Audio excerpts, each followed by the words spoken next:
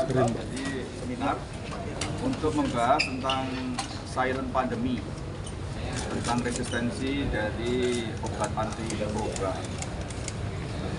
Karena penggunaan obat-obat terutama antibiotik yang tidak rasional itu sangat membahayakan karena bisa menimbulkan resistensi obat dari berbagai macam bakteri yang itu akan membuat orang tidak bisa lagi menggunakan obat antibiotik apapun ketika dia sudah terinfeksi bakteri tadi, dan itu yang harus dicegah. Pak tadi sudah menyatakan bahwa ini, pandemi silent ini lebih berbahaya daripada pandemi COVID, apa yang benar?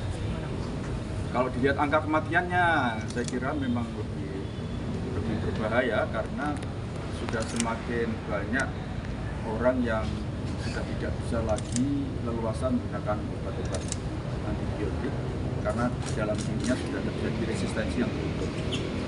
Dan jumlahnya tadi disampaikan kan per tahun tingkat hidup seluruh dunia itu 2,5 juta kematian akibat resistensi obat antibiotik.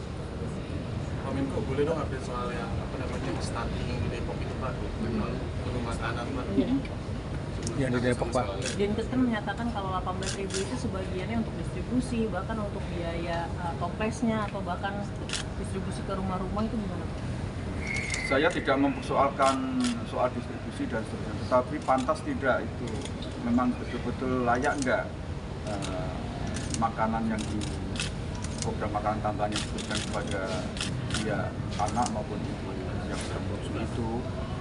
Jadi sebetulnya masalahnya bukan soal bungkus atau transportnya. Ya kalau memang itu habis untuk transport, ya bagaimana supaya itu tidak memakan transportasi. Misalnya kan bisa diserahkan kepada masing-masing desa saja itu, sehingga tidak perlu transportasi. Kemudian ketua penggerak PKK-nya diminta untuk memasakkan dan lebih bervariasi, nggak usah seragam gitu.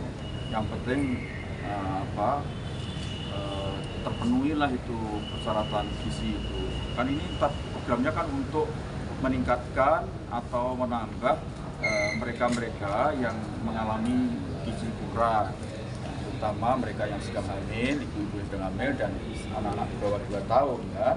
Yaitu menurut saya tidak usah dikoordinasi sampai tingkat kabupaten atau kota. Kalau itu memang membebani biaya, kan bisa diserahkan kepada itu ketua penggerak PKK, masing-masing kepala kelurahan, ibu istri kepala kelurahan, istri kepala desa untuk memasakkan, sehingga lebih bisa dipertanggungjawabkan. Jadi masalahnya adalah saya belum melihat urgensi tidaknya untuk diteliti apakah itu memang syarat. Tetapi kalau saya baca dari penjelasan dari teman-teman wartawan, itu sangat tidak layak itu untuk makanan tambahan, karena makanan tambahan itu harus memenuhi syarat kan karbohidratnya, kemudian terutama protein hewani, kemudian vitamin dan mineralnya harus betul-betul memenuhi syarat cukup. Terutama yang saya lihat dari sisi penyediaan protein hewaninya yang kurang. Akan dipanggil ke Menko PMK seperti apa Pak ke depannya untuk menghindari mungkin kejadian serupa atau mengantisipasi? Dipanggil bareng-bareng. Saya sudah mendapatkan berita Pak Wapres akan membentuk tim untuk cek.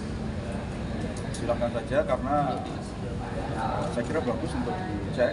Tapi saya minta betul kepada semua ya, semua kepala daerah untuk tidak main-main dengan penyediaan makanan tambahan ini dalam rangka untuk penanganan stunting ini, karena ini berkaitan dengan target dari Presiden yang 14%, kemudian juga jangka panjang untuk menyiapkan generasi emas tahun 2045, dan mereka kan sekarang yang baru lahir atau ya umur 3 tahun itu berarti kan nanti tahun 2045 itu sekitar 23 tahun ya, berarti memang mereka akan sangat dibutuhkan tenaganya ke depan untuk Indonesia pasca 2045 itu. Saya mohon tidak hanya di daerah tertentu, semua pejabat daerah untuk tidak main-main di dalam menggunakan anggaran, terutama APBD, dan kan juga sudah ada tagging di masing-masing dana desa. Jadi bisa dipadukan itu sebetulnya, bisa digunakan bersama. Jadi dana daerah dengan dana desa bisa digunakan bersama-sama. lebih baik kasih dia gizinya berlimpah daripada tadi itu ternyata tidak memenuhi standar yang sudah ditetapkan. Memang kita belum menetapkan patokan secara pasti dan saya kira itu tidak perlu karena sebetulnya justru kita dorong pemberian makanan tambahan itu berbasis kearifan lokal. Jadi daerah situ yang tersedia apa, di desa itu apa yang tersedia, nggak usah memaksakan harus seragam, apalagi pakai nugget, apa tahu yang kemudian di jalannya dikasih nugget, itu saya kira tidak benar itu. Kan bisa serahkan aja ke masing-masing kelurahan. Di sana banyak yang orang punya ayam, kan bisa dibeli tuh. Warga yang daripada yang tidak kerja itu kan bisa diberi dana pinjaman dari desa untuk memelihara ayam, nanti telurnya atau dagingnya bisa digunakan untuk menambah asupan gizi kepada anak dan ibu yang sedang hamil.